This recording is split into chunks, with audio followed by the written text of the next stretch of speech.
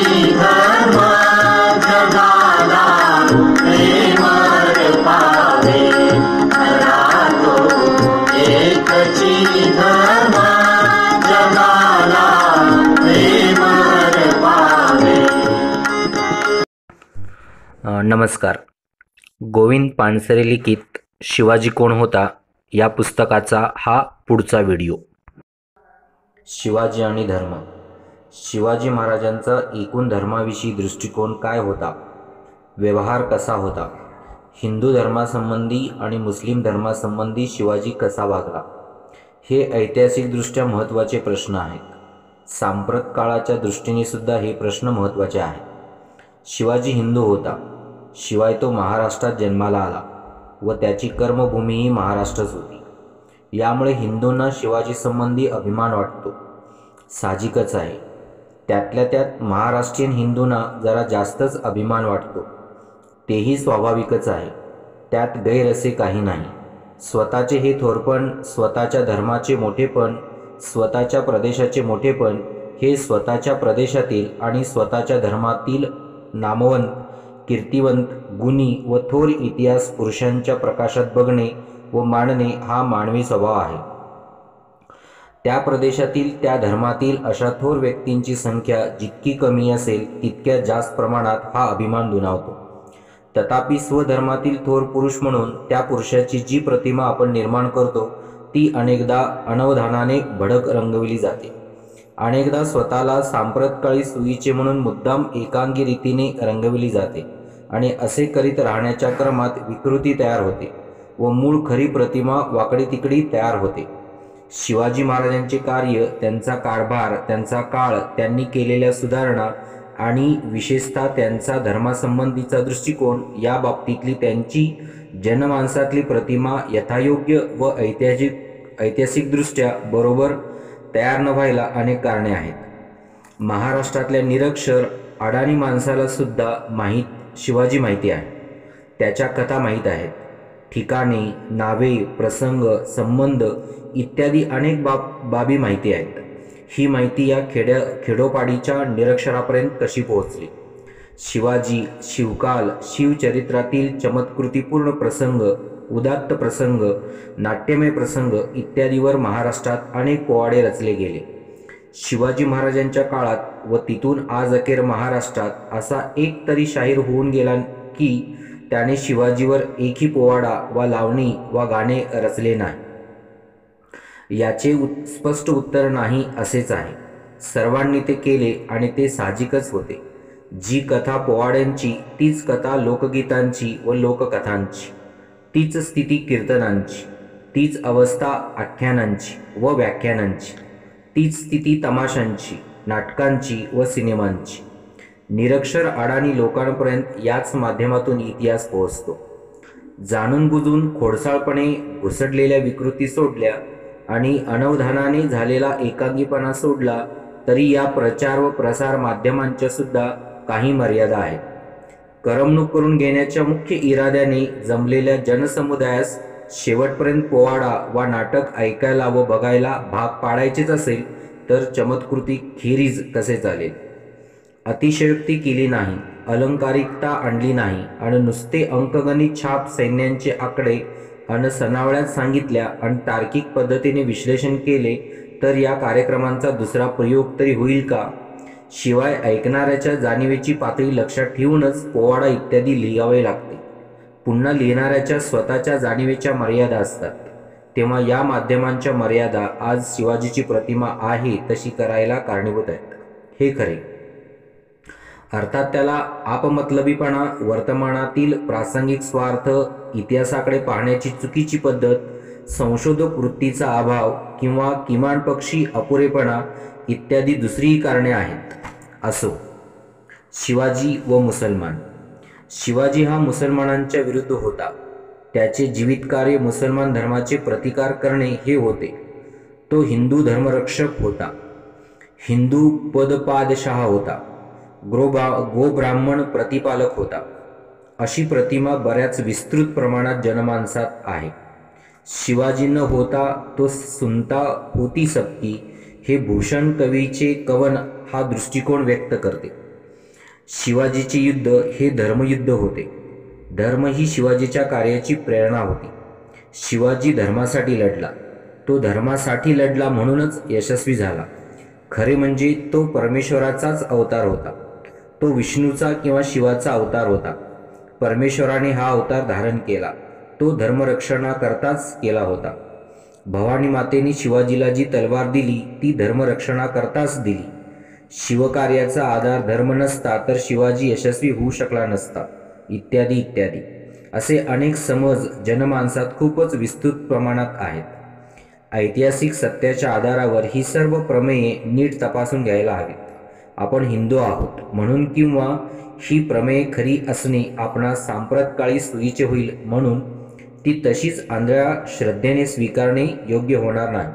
किंवा उलटपक्षी आपण मुस्लिम धर्माचे आहोत, हिंदूंचा द्वेष करायला मुसलमानांना शिकवणे ही आपली आजची गरज आहे. बरेच हिंदू शिवाजी महाराज की जय म्हणतात म्हणून आपणही तो हिंदू धर्माचा रक्षक व मुसलमान धर्माचा भक्षक होता असे चिकित्सा न करता मानूया. हा दृष्टिकोन सुद्धा तितकाच चूक होय. वस्तुस्थिती काय सांगते? शिवाजी, प्रताप व पृथ्वीराज इत्यादी. शिवाजी हा हिंदू होता किंवा हिंदू धर्मरक्षक होता म्हणून तो यशस्वी झाला असे म्हणावे. तर मग राणा प्रताप किंवा पृथ्वीराज चव्हाण हे यशस्वी का झाले नाहीत? खरे म्हणजे हे दोघे तर निर्विवादपणे उच्चवर्णीय क्षत्रिय हिंदू होते. शिवाजीच्या क्षत्रियत्वासंबंधी निदान काहींना तरी शंका होती. शौर्य, त्याग, जिद्द, कष्ट इत्यादी बाबतीत राणा प्रताप किंवा पृथ्वीराज शिवाजीपेक्षा कमी नव्हते. कदाचित काकणभर वरचढच असतील. मग असे का व्हावे? धर्मयुद्ध म्हणावे तर एक जण धर्मयुद्धात यशस्वी होतो आणि या दुसऱ्या दोघांना पराजित होऊन परागंदा का व्हावे लागते? हे हिंदू राज्य व्हावे ही स्त्रींची इच्छा असे मानावे तर मग स्त्रींना राणा प्रतापच्या आणि पृथ्वीराज चव्हाणाच्या प्रदेशातही हिंदू राष्ट्र व्हावे अशी इच्छा का झाली नाही? हिंदू धर्मावरील निष्ठेमुळे शिवाजीला यश प्राप्त झाले हे खरे नाही. धर्मरक्षणाखेरीज शिवाजी दुसरे आणखी काहीतरी चांगले करायला निघाला होता असे दिसते. समजा की शिवाजीच्या काळात मुसलमान धर्माखेरीज इतर दुसऱ्या कोणत्या तरी धर्माचे राजे असते, अगदी हिंदू धर्माचे राजे असते, तर मग शिवाजीने मुसलमानांचा द्वेष केला असता का? शिवाजी मुसलमान राजांविरुद्ध का लढला? ते मुसलमान होते म्हणून की राजे होते म्हणून? आणि दोन्ही कारणांमुळे लढला तर त्यातील प्रमुख व महत्त्वाचे कारण कोणते? ते राजे होते हे महत्त्वाचे की ते मुसलमान होते हे महत्त्वाचे? काही मुस्लिम राज्यकर्त्यांची धार्मिक सहिष्णुता. शिवाय सर्वच मुसलमान राजे हिंदूंबद्दल आणि हिंदू धर्माबद्दल असहिष्णू होते असे दिसत नाही. इतिहासात मुस्लिम राज्यकर्त्यांच्या हिंदू धर्माबद्दलच्या सहिष्णू वृत्तीचे अनेक पुरावे उपलब्ध आहेत. विशेषतः ज्या महाराष्ट्रात शिवाजीने कार्य केले त्या मुलखातील मुसलमान शाह्यांच्या सहिष्णू वृत्तीचे व हिंदूंशी असलेल्या राजकीय व कौटुंबिक संबंधाचे अनेक पुरावे आहेत. पारसनिसांच्या मराठे सरदार या पुस्तकातील हा उतारा पहा. निजाम, कुतुब व आदिलशाहीत मराठ्यांचे प्राबल्य फार असे. निजामशाहीचा मूळ पुरुष गांगवी हा बहिर्भट कुलकर्णी यांचा मुसलमान झालेला मुलगा होता. अहमदनगरच्या बादशहाचा बाप पण हिंदूच होता. विजापूरचा संस्थापक युसुफ आदिलशहाने मराठ्याची मुलगी केली होती. बेदरच्या कासिम बरीद या संस्थापकाच्या मुलाने पण साबाजीच्या मुलीशी लग्न केले होते. या संस्कारांमुळे हिंदूबद्दल सहिष्णुता असून मराठ्यांचे प्राबल्य या पाचही राज्यात होते. त्याच पुस्तकातील न्यायमूर्ती रानडे यांचा उद्धृत केलेला हा आणखी एक उतारा पहा.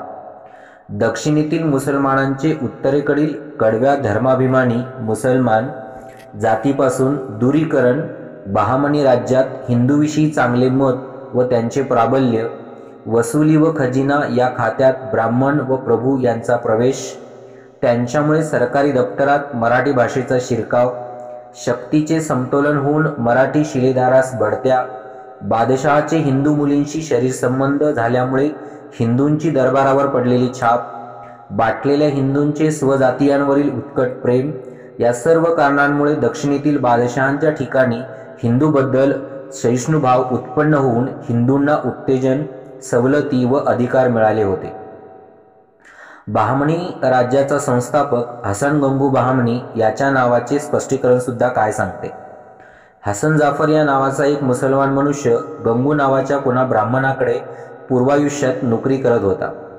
पुढे तो दिल्लीच्या बादशहाच्या तुघलक पदरी मोठा सरदार झाला.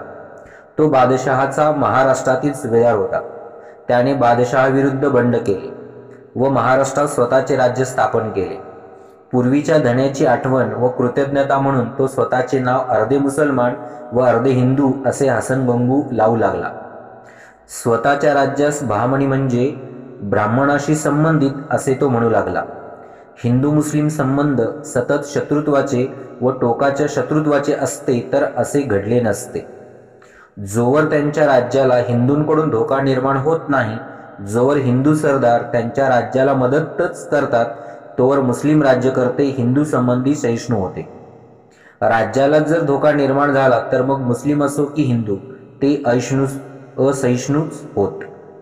हिंदू की मुस्लिम हे महत्त्वाचे नव्हते, राज्य महत्त्वाचे होते. दिल्लीचे सुद्धा सर्व सुलतान कडवे मुसलमान होते हे खरे नाही. अकबराची सहिष्णुता सर्वांना ज्ञात आहे. त्याने तर दिने इलाही या नावाने एक नूतन संमिश्र धर्म स्थापण्याचा प्रयत्न केला. त्या काळी सांस्कृतिक एकता बऱ्या प्रमाणात निर्माण झाली होती. तोरडमला हिंदू प्रधान मुस्लिम राजाच्या पदरी स्वतःची बुद्धी कारणी लावतच होता. शहाजहान बादशाहच्या पदरी उच्च कुलीचे अस्सल तेलंगे ब्राह्मण जगन्नाथ पंडित संस्कृत भाषेत काव्य करीत. पंडितराज जगन्नाथांची एक कथा प्रसिद्ध आहे. शहाजहानच्या पदरी असलेल्या या हिंदू पंडिताने आपल्या पदरी यावे व हिंदू राजांचे भूषण वाढवावे म्हणून जयपूरच्या हिंदू राजाने त्यांना बोलावले होते. या आमंत्रणाला पंडितराज जगन्नाथांनी पाठवलेले उत्तर मासलेवाईक आहे. त्यांनी उत्तरादाखल लिहिले, दिल्लीश्वरो वा जगदीश्वरो वा मनोरथान पुरविंतु समर्थ अनेन्यू पाल्ले परिदीयमान शाकाय वा स्तल्लवनाम वा स्थान. माझे मनोरथ पूर्ण करण्याचे सामर्थ्य केवळ दिल्लीश्वर, दिल्लीचा राजा किंवा जगदीश्वर परमेश्वर या दोषांच्यातच आहे. बाकी राजांनी मला काही देण्याचे मनात आणलेस तर ते फार तर माझ्या मीठ मिरचीला पुरण्या इतपतच राहील. दिल्लीश्वराची जात महत्त्वाची नव्हती, तो जे देतो आणि जितके देतो ते महत्त्वाचे होते. शहाजहानचा मुलगा दारा हा संस्कृतचा जाणकार होता. त्याची बैठक काशीच्या संस्कृत पंडितात असे. त्याच काळी छांदोग्ध उपनिषद, बृहदारण्यक उपनिषद, कणोपनिषद इत्यादी उपनिषदांच्या नावांच्या चालीवर अल्लोपनिषद यासारखे लिखाण झाले होते. शेजवलकरांनी तर असे लिहून ठेवले आहे की औरंगजेबाऐवजी त्याचाच थोरला भाऊ दारा हा राज्यावर बसला असता तर या अफाट देशाचे एकीकरण एकाच राजवटीखाली होऊन हा देश बळकट होण्याचा संभव निर्माण झाला असता. थोडक्यात म्हणजे सर्वच मुसलमान राज्यकर्ते हिंदू धर्मद्वेष्टे नव्हते. शिवाजीचे मुसलमान सरदार. शिवाजीच्या पदरी अनेक मुसलमान सरदार, वतनदार व इतर चाकर होते आणि ते अगदी मोठमोठ्या हुद्द्यांवर व जबाबदारीच्या जागांवर होते. छत्रपती शिवाजी महाराजांच्या दूरदृष्टीचे उदाहरण म्हणून त्यांनी केलेली आरमारी उभारणी सांगण्यात येते आणि ते बरोबरच आहे. कोकणपट्टीच्या विस्तृत भूभागाला समुद्राचे सानिध्य आहे. या सर्व भागाच्या रक्षणासाठी आरमार आवश्यक होते, ते शिवाजीने उभारले. या अशा महत्त्वाच्या विभागाचा प्रमुख एक मुसलमान सरदार होता. त्याचे नाव दौलत खान, दर्यासारंग दौलत खान. शिवाजीचा खास अंगरक्षकात व खाजगी नोकरात अत्यंत विश्वासू म्हणून मदारी मेहतर याचा समावेश होता. आग्र्याहून सुटकेच्या नाट्यमय प्रसंगात या विश्वासू मुसलमान साथीदाराने शिवाजी राजांना दिलेली साथ काय म्हणून दिली. शिवाजी मुस्लिम द्वेष्टा असता तर असे घडले असते का. शिवाजीच्या पदरी असे अनेक मुसलमान चाकर होते. त्यात काझी हैदर हा एक होता.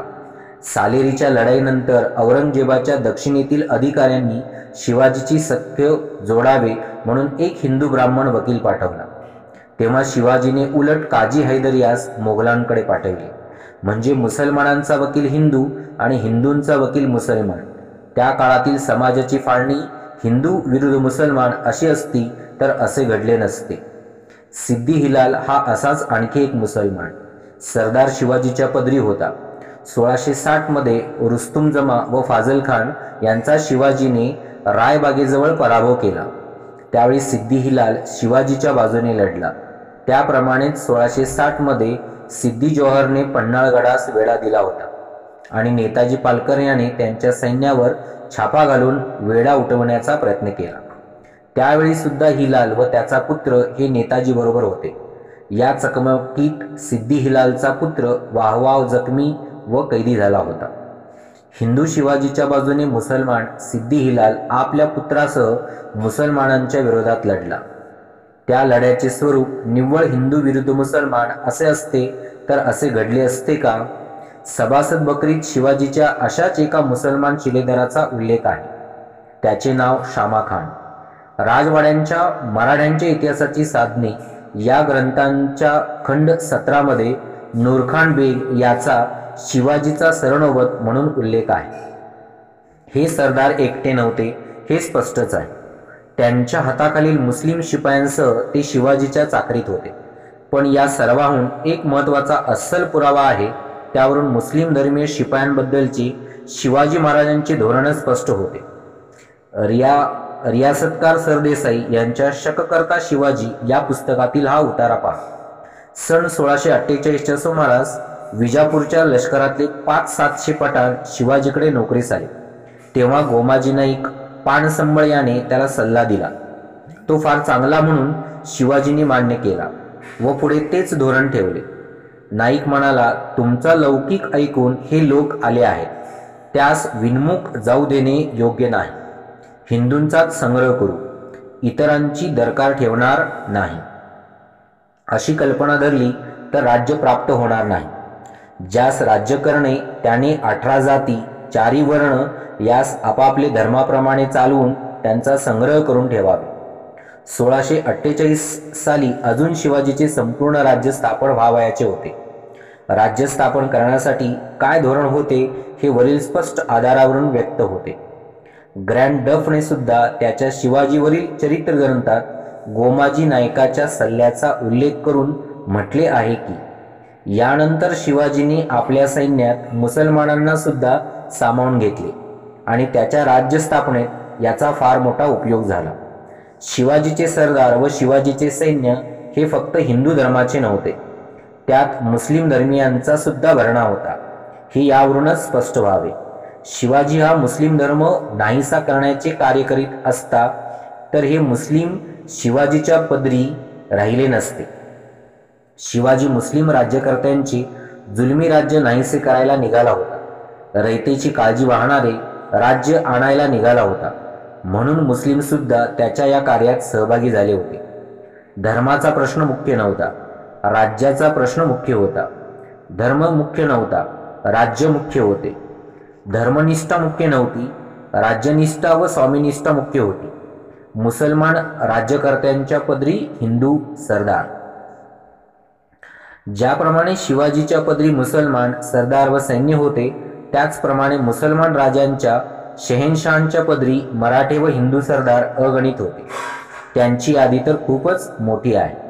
खुद्द शिवाजी महाराजांचे वडील विजापूरच्या मुस्लिम आदिलशहाच्या पदरी मोठे सरदार होते. शहाजी महाराजांचे सासरे लखुजी जाधव निजामशाहीचे महाराष्ट्रातील एक मनसबदार होते. जावळीचे मोरे, फलटणचे निंबाळकर, सावंतवाडीचे खेम सावंत, शृंगारपूरचे सूर्यराव शृंगारपुरे हे सर्वजण आदिलशहाचे मनसबदार होते.